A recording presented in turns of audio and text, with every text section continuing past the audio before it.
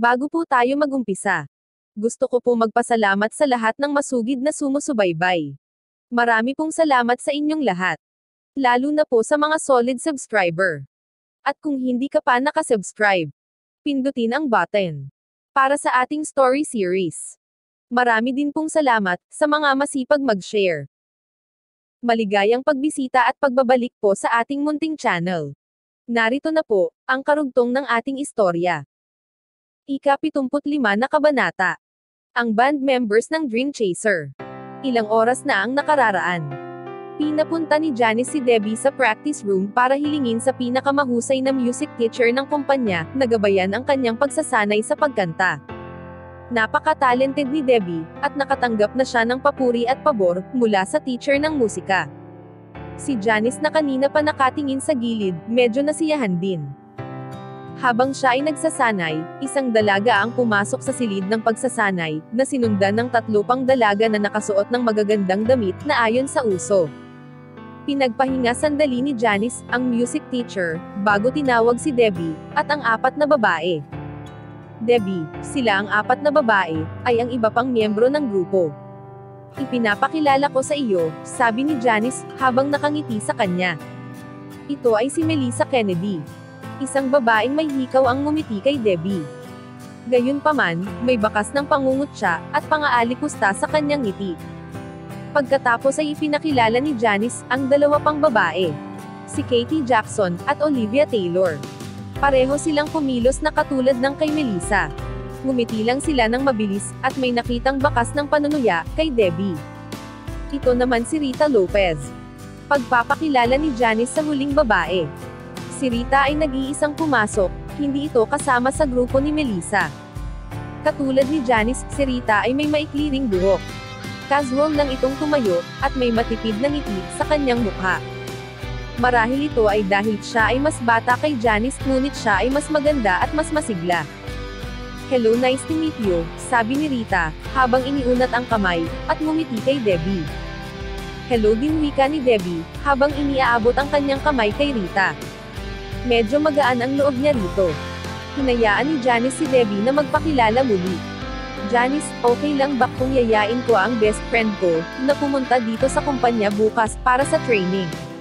Tanong ni Melissa na may matalas na ekspresyon. Nais ng kanyang grupo na mag-recruit ng bagong miyembro. Noong nakaraang araw, hiniling ni Melissa sa kanyang kaibigan na pumasok upang subukan. Natuwa siya sa ekspresyon ni Janice dahil sinabi nito na bumalik para malaman ang balita. Sabihin mo sa iyong kaibigan na huwag nang pumunta. Casual na sabi ni Janice. Ngayong kasali na si Debbie, hindi na natin siya isasama. Papayagan ng aming kumpanya, kayong 5, na buuin ang bagong grupo. Napagpasyahan din, na ang pangalan ng grupo, ay tatawagin nating Dream Chaser. Kailangan ninyong magsumikap mabuti. Kapag nakita namin kayo na handa na, gagawa ng concert ang kumpanya. Kailangan magsanay kayo mabuti, dahil haharap kayo sa maraming tao. Nang marinig ni Melissa na hindi na makakasama ang kanyang best friend, naging malamig ang kanyang puso. Hindi niya maiwasang ibaling ang tingin kay Debbie. Pakiramdam niya, ay inagaw ni Debbie ang pwesto ng kanyang best friend, sa pagkakataon at kaligayahan. Ang pagkadismaya ay kitang-kita sa mukha ni Melissa. Sige na, kaunti na lang ang natitirang oras. Bilisan na ninyo, at magsanay na kayo. Pumalakpak si Janice para tawagin ang music teacher na magpatuloy. Practicean nating lahat, ang kantang Freedom Like a Dream. Ito ay isang musika, nakakantahin ninyo ng maraming beses sa simula. Nang matapos magsalita ang music teacher, ay pinangunahan niya si Debbie, at ang iba pa, na kumanta ng may score. Sabay-sabay na kumanta silang 5 sa mahinang boses. Pagkatapos nilang kumanta, sinabi ng music teacher. Kumanta kayo ng magkakahiwalay, at itatama ko ang bawat isa. Ang unang kumanta ng mag-isa, ay si Olivia. Tuwang-tuwa si Melissa sa kanyang sarili. Mas mahusay ang kanyang boses ng pagkanta dito, at siya ang pinakamagaling kumanta sa isip niya, kaya gusto niyang makita si Debbie kung gaano ito kagaling. Gusto niyang makaramdam si Debbie ng kababaan niya sa pag-awit. At kusang umalis sa grupo para sa kanyang best friend.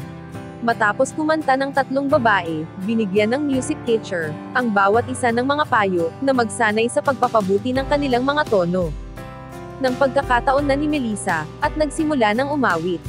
Maganda ang pasabog ng boses niya, at nakokontrol niya ito ng maayos. Kung tutuusin, mahigit isang dekada na siyang kumakanta, mula pa noong elementarya, at palagi niya itong ikinatutuwa. Nang matapos na siya, nagpalakpakan ang lahat sa kanya. Tumango si Janice bilang kasiyahan. Tama iyan. Dapat nating gawin ito, sa mahinang tono. Wala namang malaking problema, sabi ng matandang music teacher, habang nakangiti kay Melissa.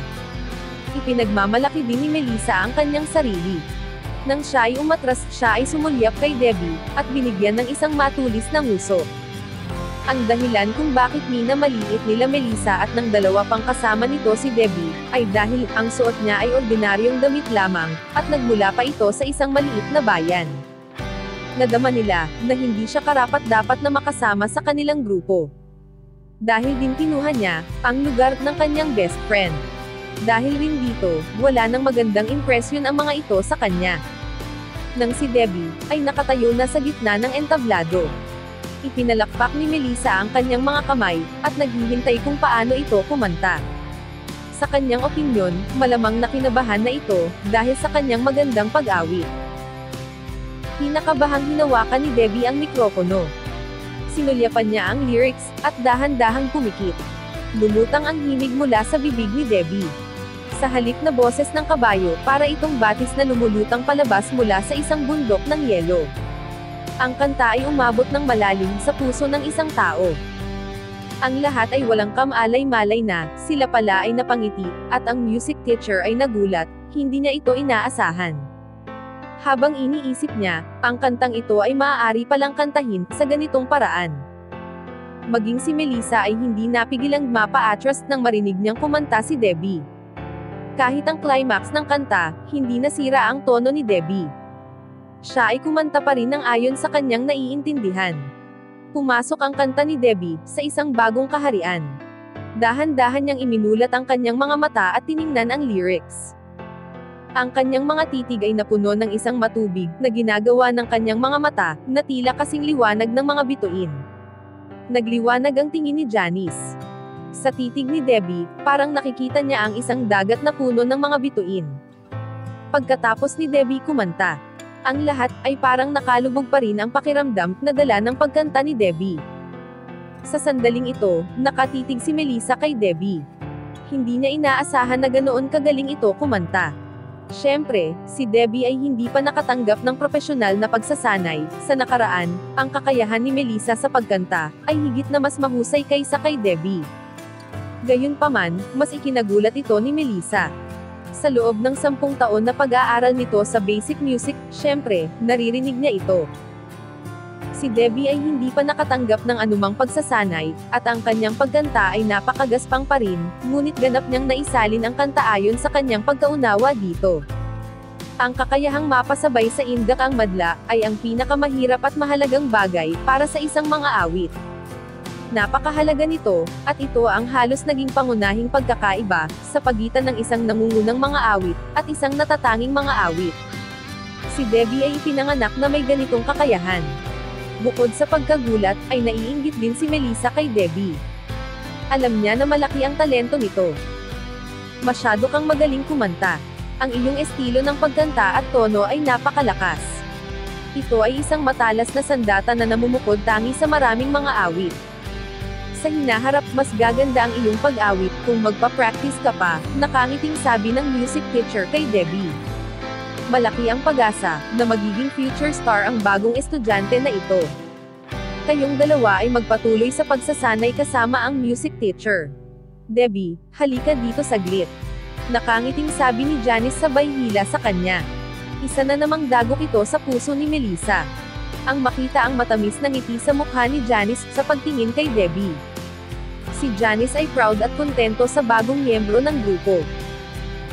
Noon pa man ay gusto ni Melissa, na siya maging lead singer ng kanilang grupo. Sa lahat ng oras, palaging nadadama ni Melissa na ligtas niyang makukuha ang posisyon sa pangunguna, ngunit ngayon, ay mayroon siyang matinding pakiramdam. Pakiramdam na may isang malakas na katunggali, ito ay si Debbie. Nararamdaman nga ni Janice na may potensyal si Debbie. Iniisip ang kahalagahan ng pag-aalaga sa kanya upang maging pinuno ng kanilang grupo. Itinoon niya ang kanyang pakikipag-usap kay Debbie. Sa pagtulong sa pag-udyok sa kanya, nadoblehin ang kanyang mga pagsisikap, at sikaping maabot ang mga kinakailangan ng kumpanya, sa lalong madaling panahon. Sa ganoong paraan, mas maaga niyang mailalagay ang mga dream chaser sa harap ng audience. Pagkaraan ng ilang sandali, hinayaan ni Janice si Debbie na mag-practice. Umupo si Janice sa gilid at pinanood ang 5 babae na nagsasanay. Karamihan sa oras ay ginugol sa panonood kay Debbie, na labis na ikinalungkot ni Melissa. Pakiramdam niya ay ninakaw ni Debbie ang kanyang pagkakataon na tumayo sa spotlight. "Magsanay kayo, may pupuntahan lang ako," sabi ni Janice habang sinasagot ang isang tawag sa kanyang cellphone, at nagmamadaling lumabas ng pinto. Nang makitang umalis na siya, alam ni Melissa na hindi na siya babalik sa araw na iyon. May iba pang celebrities na pinamamahalaan si Janice. Kaya abala siya sa pakikipag-usap sa kanilang lahat. Hindi nagtagal pagkaalis ni Janice, umalis na rin ang music teacher, upang makita ang iba pang mga talent. Ang loob ng practice room, si Debbie at ang 4 na babae ang naiwan. Hawak pa rin ni Debbie ang music scorebook, at masigasig na nagsasanay ayon sa mga tagubilin ng guro sa musika. Determinado siyang tahakin ang kanyang landas bilang isang entertainer. Si Melissa, Olivia ay close na sa simula pa lang. Sila ay nagtipon malapit kay Debbie. Lahat sila ay minamaliit si Debbie, dahil puno sila ng selos at kawalang kasiyahan, dahil sa kanyang mahusay na pagganap noong araw ding iyon. "Hindi ko akalain na magaling siyang kumanta. Akala ko ay maganda lang siya," bulong ni Katie habang nakatitig kay Debbie. "Maganda siya, saan banda? Bakit hindi ko makita?" Galit na sabi ni Melissa. Sa kanilang tatlo, ang background ng pamilya ni Melissa ang pinaka-nakakaangat, kaya sumusunod ang dalawa sa kanya. "Tama, hindi siya kasing ganda nating tatlo. Mas maganda lang siya ng kaunti kaysa sa karaniwang babae," mabilis na sabi ni Olivia. Pinagmamasdan ni Melissa, ang ugali ni Janice kay Debbie, parang pinapahalagahan niya ito ng gusto. Hindi naman gugustuhin ni Janice na siya ang maging pinuno, hindi ba? "Siya ang gusto mo." Galit na sabi ni Melissa, hindi ba't sinubukan niyang manalo ng pabor kay Janice? Kararating lang niya, pero hindi na siya makontrol. Kung hindi natin ipapakita sa kanya kung sino ang namumuno, baka isipin niya talaga na miyembro siya ng grupo natin. Pagkatapos, ay tumayo si Melissa. At naglakad na silang tatlo, habang panay ang tingin kay Debbie. Na-discover na siya ni Janice, kaya payo ko, huwag kang magpakabobo, sabi ni Rita nang dumaan siya. Bahagyang tinapik ni Rita ang kanyang gitara, na parang walang pakialam habang nagpapaalala sa kanila. "Hindi mo kailangan mag-alala, sa mga bagay na hindi sa iyo," wika ni Melissa. Naglakad silang tatlo, patungo kay Debbie. Hanggang dito na lang po muna. Maraming salamat po sa pakikinig. Sana po, ay nagustuhan nyo ang ating story series. Sa mga bagong tagapakinig, mas okay po kung mag-uumpisa kayo sa episode 1. Pwede po bang humingi ng subscribe bilang pagsuporta sa ating munting channel? Hanggang sa susunod po muli. Stay safe and God bless.